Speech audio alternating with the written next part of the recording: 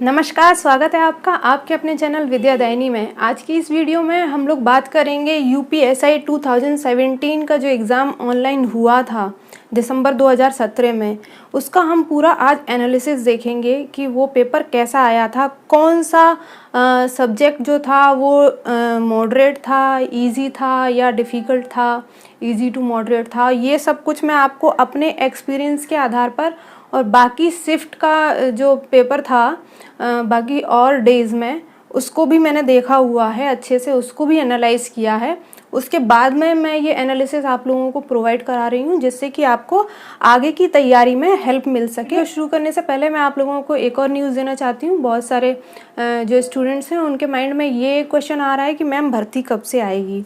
तो इसका क्या है कि पहले भर्ती बोर्ड ने टेंडर निकाले थे कि जो भी कंपनी है वो अप्लाई कर सकती हैं, तो उसके लिए जो है अभी टाइम बढ़ा दिया गया है। पहले था अगस्त, लास्ट 28 अगस्त तक था और अभी जो है वो 15 सितंबर तक उसको इन्होंने बढ़ा दिया है, क्योंकि उसमें सिर्फ 2 कंपनीज़ ने ही अप्लाई किया था, उसके अलावा और कंपनीज़ ने अप्लाई नहीं किया था। तो उन्होंने इस टाइम को बढ़ा दिया है जिससे कि और अगर कंपनीज इस टेंडर के लिए अप्लाई करना चाहें तो अप्लाई कर सकती हैं। तो हो सकता है थोड़ा सा भी टाइम लग जाएगा, आप अपनी तैयारी करिए और थोड़ा सा वेट कीजिए। तो शुरू करते हैं ये एनालिसिस। आपको मैं पहले भी बता चुकी हूँ, लेकिन जो भी अपने नए व्यूअर्स हैं उनके लिए मैं दोबारा से इस चीज़ को बता देती हूँ। हमारे यूपीएसआई का जो एग्ज़ाम होता है उसमें 4 सेक्शंस होते हैं। प्रत्येक सेक्शन में 40 क्वेश्चन होंगे। 40 questions in each section, marks 100। यानी कि जो एक क्वेश्चन होगा आपका वो 2.5 मार्क्स का, ठीक है। ऐसे ही इसी में 40 क्वेश्चन, इसमें 40 और इसमें 40। पहला सेक्शन हमारा जनरल हिंदी, दूसरा लॉ एंड कॉन्स्टिट्यूशन जीके। इसमें जो 40 क्वेश्चन हैं उनको डिवाइड किया गया है। 24 आएंगे आपके इस सेक्शन से लॉ एंड कॉन्स्टिट्यूशन, और जीके से आपके 16 आएंगे, जिसमें सारी चीज़ें जो भी करंट अफेयर्स वगैरह हैं वो इसमें जीके में इंक्लूड कर दी जाती हैं। और आपका लॉ, आईपीसी वगैरह यहाँ ये सब इसमें आ जाएगा। कॉन्स्टिट्यूशन से काफ़ी सारे क्वेश्चंस बने थे, तो ये आपको बहुत ज़्यादा इसको अच्छे से पढ़ना है। तो ये इस तरीके से इसमें 40 क्वेश्चंस डिवाइड हो जाएंगे, 24 and 16। Numerical and mental ability test, इसमें भी 40 क्वेश्चंस होंगे, each question 2.5 marks. Mental ability test, intelligence test, test of reasoning, ये आप इसको सिंपल रीजनिंग से समझ लीजिए, रीजनिंग का जो ये पोर्शन होता है। इंटेलिजेंस टेस्ट के लिए, एप्टीट्यूड टेस्ट के लिए कुछ डिसीजन मेकिंग वाले जो हैं क्वेश्चंस आपसे पूछ लिए जाते हैं। तो इसमें टोटल 40 क्वेश्चंस, यानी कि टोटल जो पेपर होगा वो 400 मार्क्स का होगा। और आपको समय दिया जाएगा 120 minutes for 160 questions. Total number of questions आपका होगा 160 और आपको 120 मिनट में इनको सॉल्व करना होगा और मार्क्स होंगे 400। पर क्वेश्चन मार्क होगा, पर क्वेश्चन मार्क्स होंगे आपके 2.5। आई होप ये इतना आपको क्लियर हो गया होगा कि पेपर किस तरीके से आता है और किस तरीके से अभी जो पेपर होगा आएगा। ये हम लोग बात कर लेते हैं कि कौन सा सेक्शन जो है इजी, डिफ़िकल्ट और मॉडरेट किस तरीके से आया था। तो जो हिंदी, जनरल हिंदी की अगर मैं बात करूं तो कुछ शिफ्ट ऐसी थी जिनमें लोगों को लगा कि हिंदी थोड़ी सी टफ थी, इजी टू मॉडरेट थी। लेकिन मैं अगर अपने एक्सपीरियंस के आधार पर बोलूँ तो हिंदी मुझे ईजी लगी थी, क्योंकि मेरी हिंदी अच्छी है, ठीक है, तो मुझे हिंदी जो लगी थी वो इजी लगी थी। तो आप भी अगर उसका पेपर देखना चाहते हैं तो लिंक मैं डिस्क्रिप्शन बॉक्स में दे दूँगी, तो आप वहाँ जाकर देख सकते हैं कि हिंदी का पेपर कैसा आया था। दूसरा law and constitution. Law and constitution में जो क्वेश्चंस आए थे काफ़ी अच्छे लेवल के क्वेश्चंस आए थे, खासकर यहाँ से कॉन्स्टिट्यूशन से। आईपीसी के लिए आप लोगों को टेंशन लेने की बहुत ज़्यादा ज़रूरत नहीं है, क्योंकि पिछली बार जो क्वेश्चन बने थे वो 1-2 क्वेश्चंस बने थे, लेकिन फिर भी आपको बहुत ज़्यादा टेंशन लेने की ज़रूरत नहीं है। पढ़नी तो आपको पड़ेगी आईपीसी, क्योंकि यहाँ से क्वेश्चंस बनते हैं, लेकिन आपको रटना है। जो भी इम्पोर्टेंट आईपीसीज़ हैं उनको रट लेना है, बाकी और ज़्यादा टेंशन नहीं लेनी है। लेकिन इसको आपको डिटेल में भी पढ़ना है और आपको इसके ऑब्जेक्टिव क्वेश्चंस भी सॉल्व करने हैं लगातार। तो ये आपके लिए बहुत महत्वपूर्ण है। जीके में करंट अफेयर्स के कुछ पुराने तरीके के क्वेश्चंस आए थे, जैसे दिसंबर 2017 में पेपर हुआ था, तो यहाँ से जो दिसंबर 2017 में आपके स्टार्टिंग के जनवरी फेब 2017 यानी कि और बल्कि 2016 तक के भी क्वेश्चन पूछे थे, और बहुत ज़्यादा नंबर ऑफ क्वेश्चंस नहीं था करंट अफेयर्स से। यहाँ पर जीके में कुछ स्टैटिक क्वेश्चंस थे, जैसे झील के बारे में पूछ लिया, लोक नृत्य के बारे में पूछ लिया, साइंस से भी 1-2 क्वेश्चन रखा गया था। तो ये जो है आप प्रीवियस ईयर का क्वेश्चन देख के आप इनको आराम से क्वेश्चंस को समझ जाएंगे कि कहाँ से कौन सा क्वेश्चन लिया गया है, ठीक है। और इसके लिए मैं अलग से आपको डिटेल एनालिसिस भी प्रोवाइड करा दूंगी, जिससे कि आप ये देख पाएँ कि आपको किस सेक्शन में किन चैप्टर्स पर ज़्यादा अच्छे से फोकस करना है। हालांकि हो सकता है थोड़ा सा पेपर का पैटर्न चेंज हो जाए, लेकिन मोस्ट प्रोबेबली इसी तरीके से पैटर्न रहेगा अगर उसी कंपनी को टेंडर मिल जाता है तो। लॉ, कॉन्स्टिट्यूशन और जीके, ये वाला पोर्शन मैं आपको बोलूँगी moderate too difficult. Moderate too difficult था ये, और इसमें मुझे ही ये मॉडरेट टू डिफ़िकल्ट नहीं लगा। जब हम एग्ज़ाम देने के बाद बाहर निकले थे तो जितनी भी आपस में बात की थी स्टूडेंट्स से, उनको सबको ये वाले पोर्शन में काफ़ी दिक्कत हुई थी। और न्यूमेरिकल एंड मेंटल एबिलिटी और रीजनिंग, ये दोनों में तो काफ़ी ब्लंडर चेंज था। इसमें सबसे ज़्यादा नुकसान उन बच्चों को हुआ जो स्पेशली यूपीएसआई के लिए पढ़ाई कर रहे थे, जिन्होंने यूपीएसआई के पहले पैटर्न को देख के तैयारी की थी, क्योंकि पैटर्न एकदम से चेंज हो गया। जैसे जो मैथ्स था बिल्कुल बैंक पीओ का आया था, रीजनिंग जो थी वो बिल्कुल बैंक पीओ की आई थी। तो इसमें फ़ायदा उन लोगों को हुआ जो लोग बैंक का मैथ और रीजनिंग पढ़ रहे थे। मैं भी उस समय बैंक का मैथ और रीजनिंग ही पढ़ रही थी बैंक पीओ के लिए। तो यहाँ पर उस चीज़ का काफ़ी बेनिफिट मिला था। तो नुकसान उन बच्चों का हो गया जो यूपीएसआई के लिए ही तैयारी कर रहे थे, क्योंकि उनके पकड़ में कुछ भी नहीं आ पाया यहाँ से मैथ और रीजनिंग से। तो मैथ की अगर मैं बात करूँ तो मैथ था easy to moderate. Easy to moderate क्यों था? उसका कारण है, इसमें जो क्वेश्चंस थे वो कैलकुलेटिव थे। अगर आपको कैलकुलेट करने की शॉर्ट ट्रिक्स पता है, क्वेश्चंस को सॉल्व करने की शॉर्ट ट्रिक्स पता है, तो आप उन क्वेश्चंस को आराम से सॉल्व कर सकते हैं। और मॉडरेट इसलिए कि कुछ क्वेश्चंस ऐसे थे जो काफ़ी अच्छे स्टैंडर्ड के थे, टाइम कंज्यूमिंग थे, और एडवांस मैथ के भी कुछ क्वेश्चंस आए थे। तो एडवांस मैथ मुझे तो काफ़ी टफ लगती है पर्सनली, मुझे नहीं आता एडवांस मैथ इतने अच्छे से, क्योंकि मैं आर्ट साइड की स्टूडेंट हूँ। मैंने जो बेसिक था मैथ्स का उस पर बहुत मेहनत कर ली थी, तो इसलिए जो मैंने सेकंड हाईएस्ट जो स्कोर किया था वो मैथ्स में किया था।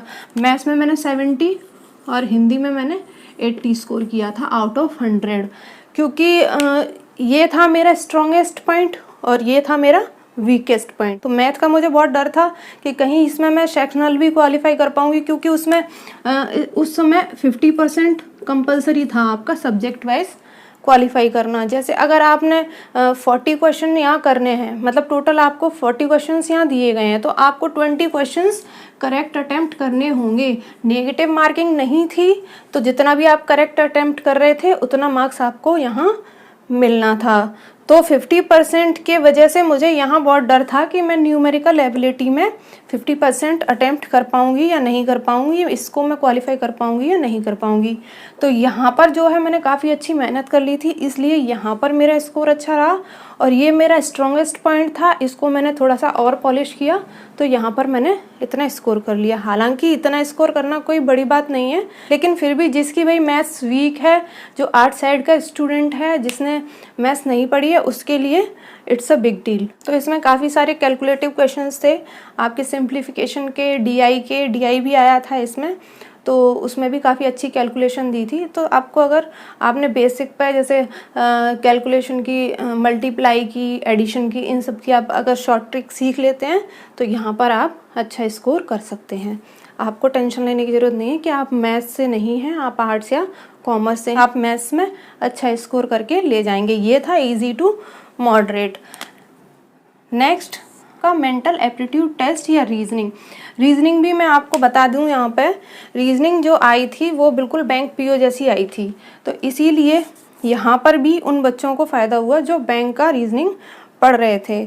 यहाँ पर जो कुछ क्वेश्चन डिसीजन मेकिंग के थे वो काफ़ी टाइम कंज्यूमिंग थे, तो कुछ क्वेश्चंस जब आप मॉक टेस्ट लगाएंगे तो आपको समझ में आ जाएगा कि ये स्किप करने ही वाले हैं, इनको अटेम्प्ट नहीं करना है। अगर इनको हम अटेम्प्ट करेंगे तो ये हमारा टाइम खा जाएंगे, क्योंकि वहाँ आपके पास ओनली 120 मिनट्स होंगे और आपको पहले ही डिसाइड करना पड़ेगा कि आपको किस सेक्शन को कितना टाइम देना है। जो सेक्शन आपका अच्छा है, स्ट्रॉन्ग है, जैसे हिंदी है, आप कम समय में काफ़ी सारे क्वेश्चंस को आराम से अटेम्प्ट कर सकते हैं विद इन फ्यू सेकेंड्स, अगर आप उसमें कन्फर्म हैं तो।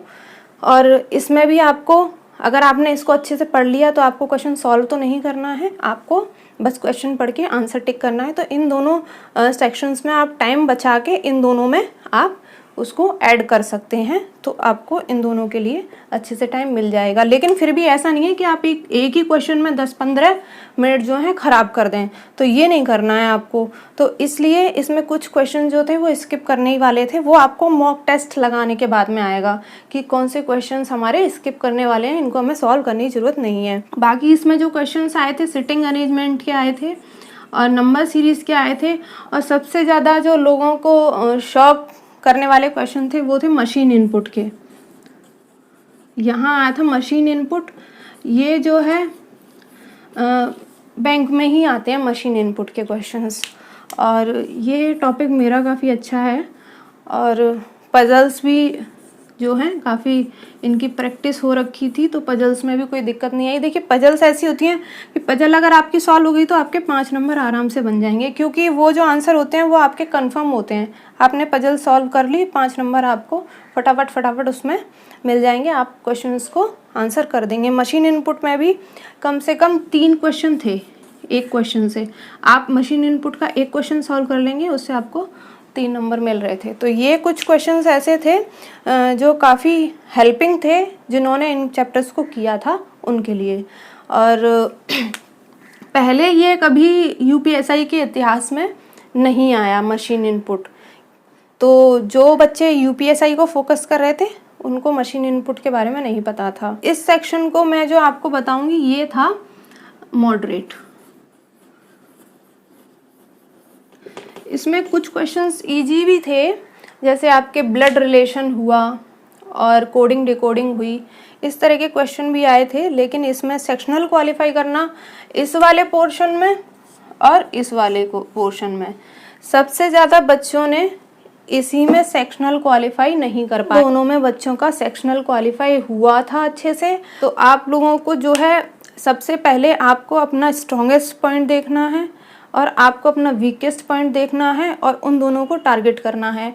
बाकी जो मीडियम है उन सबको आपको साथ साथ में लेके दोनों पोर्शंस को चलना है। तो ये आप खुद डिसाइड करेंगे कि आपका स्ट्रॉन्गेस्ट पॉइंट कौन सा है और आपका वीकेस्ट पॉइंट कौन सा है।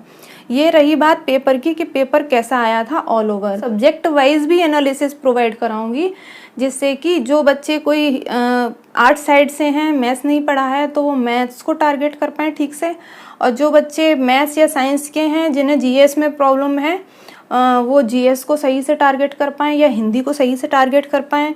और रीजनिंग तो मेरे ख्याल से सभी को सही लगती है, लेकिन इसमें प्रॉब्लम जब आती है जब ये हमको सही लगती है लेकिन क्वेश्चंस हमारे वहाँ जाके सॉल्व नहीं होते हैं। ठीक है, तो इसको भी अच्छे से प्रैक्टिस करते रहना है जिससे कि आपको वहाँ जाके कोई प्रॉब्लम ना आए। देखिए आपको प्रोएक्टिव रहना है, आप वैकेंसीज़ के लिए वेट मत करिए, अपनी तैयारी आप शुरू कर दीजिए और अच्छे से मेहनत कीजिए, इसमें सिलेक्शन आपका हो जाएगा। ये था 2017 के ऑनलाइन एग्जामिनेशन का एनालिसिस। इसमें जो कुछ भी बातें बताने वाली थी बल्कि मैंने कुछ ज़्यादा ही डिटेल में इसको बता दिया है।